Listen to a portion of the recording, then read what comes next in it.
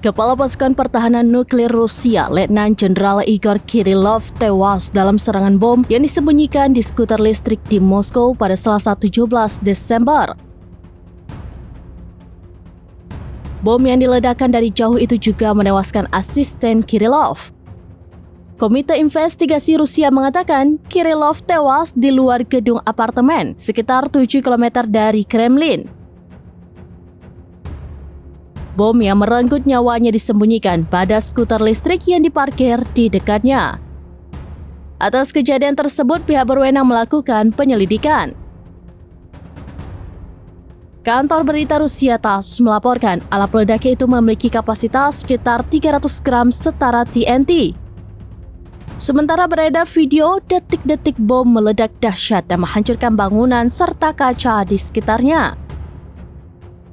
Pintu masuk gedung tampak hancur dan puing-puing berserakan. Hingga kini belum ada pihak yang mengaku bertanggung jawab atas serangan bom tersebut. Namun, banyak laporan muncul yang menuding Dinas Keamanan Ukraina atau SBU sebagai dalang insiden maut ini. Adapun kematian Kirillov terjadi sehari setelah jaksa Ukraina mendakwanya secara in absentia atas dugaan penggunaan senjata kimia terlarang.